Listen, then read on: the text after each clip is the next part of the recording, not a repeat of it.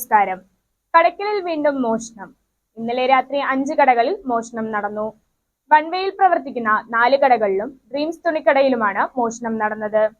ഡ്രീംസിൽ നിന്നും 50,000 രൂപയും ഹോട്ടലിൽ നിന്ന് 10,000 രൂപയോളം മോഷ്ടാക്കൾ അപഹരിച്ചു. കടയ്ക്കലിൽ 5 കടകളിൽ മോഷണം. ഒരു തുണിക്കടയിലും ഹോട്ടലിലും കോഴിക്കടയിലും പച്ചക്കറിക്കടയിലുമാണ് മോഷണം നടന്നത്.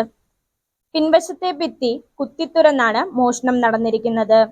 AC-യുടെ ഹോളും കോഴിക്കടയുടെ പിൻവശത്തെ ഷീറ്റും മറ്റു കുത്തിത്തകർത്താണ് മോഷണം നടന്നത്. കടയ്ക്കൽ ടൗണിലെ തുണിക്കടയിൽ നിന്നും 50,000 രൂപയും മാർക്കറ്റിന് സമീപത്തെ ഹോട്ടലിൽ നിന്നും 10,000 രൂപയും കോഴിക്കടകളിലും പച്ചക്കറിക്കടകളിലും നിന്ന് മേശവലിപ്പിലുണ്ടായിരുന്ന പണവുമാണ് കവർച്ച നടന്നത്.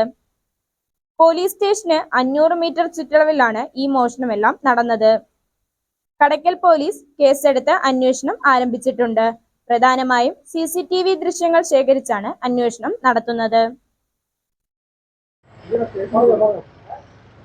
ഇന്നലെ രാത്രി കടയ്ക്കൽ ടൗണിൽ നമ്മളെ ഒൻപേ റോഡിന്റെ അവിടെ 3 കട, അകത്തളം ഹോട്ടല്, പിന്നെ അവിടെ ഒരു കോഴിക്കട, ഒരു വെജിറ്റബിൾ കട. അകത്തളം ഹോട്ടലിൽ 12,000 രൂപ ഉണ്ടായിരുന്നു. കൗണ്ടർ കുത്തിപ്പൊളിച്ച് അകത്ത് കടന്ന് അത് മോഷണം പോയി. അതുപോലെ തന്നെ പച്ചക്കറി വെജിറ്റബിൾ ഷോപ്പിൽ നിന്ന് 11,000 സംതിങ് രൂപ അതും പോയി. പിന്നെ കോഴിക്കടയിൽ നിന്നും പൈസ പോയതായിട്ടാണ് അറിയാൻ കഴിഞ്ഞത്. ഈ ഡ്രീംസ് ടെക്സ്റ്റൈൽസിൽ നിന്ന് രാവിലെ വന്ന് മുതലാളി തുറന്ന് കൗണ്ടർ നോക്കിയപ്പോഴാണ് അറിയുന്നത്. കാരണം പുറമെ ഒന്നും പൊളിച്ചിട്ടില്ല.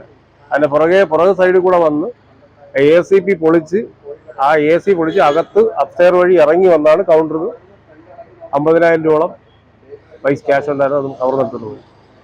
ഇതിനു മുമ്പും മോഷണ സമയം വ്യാപകമായി മോഷണം നടന്നുകൊണ്ടിരിക്കുകയാണ്. ഓണക്കാലമായി വ്യാപാരികളെല്ലാം ഇത്തരം ബുദ്ധിമുട്ടുകൾ നേരിട്ടുകൊണ്ടിരിക്കുകയാണ്. കാരണം കടയ്ക്കൽ ടൗണിൽ ഇന്നലെ 4 കടകളിലാണ് കയറിയിട്ടുള്ളത്. ഇതിനു മുമ്പ് പള്ളിമുക്ക് കടയിൽ കയറിയിട്ടുണ്ട്. അതാണ് കുറെ പോകുന്നത്, ചേസ് ചെയ്ത് പോകുന്നത് മാത്രമേ കാണുന്നുള്ളായിരുന്നു അന്ന് വിഷ്വലിൽ.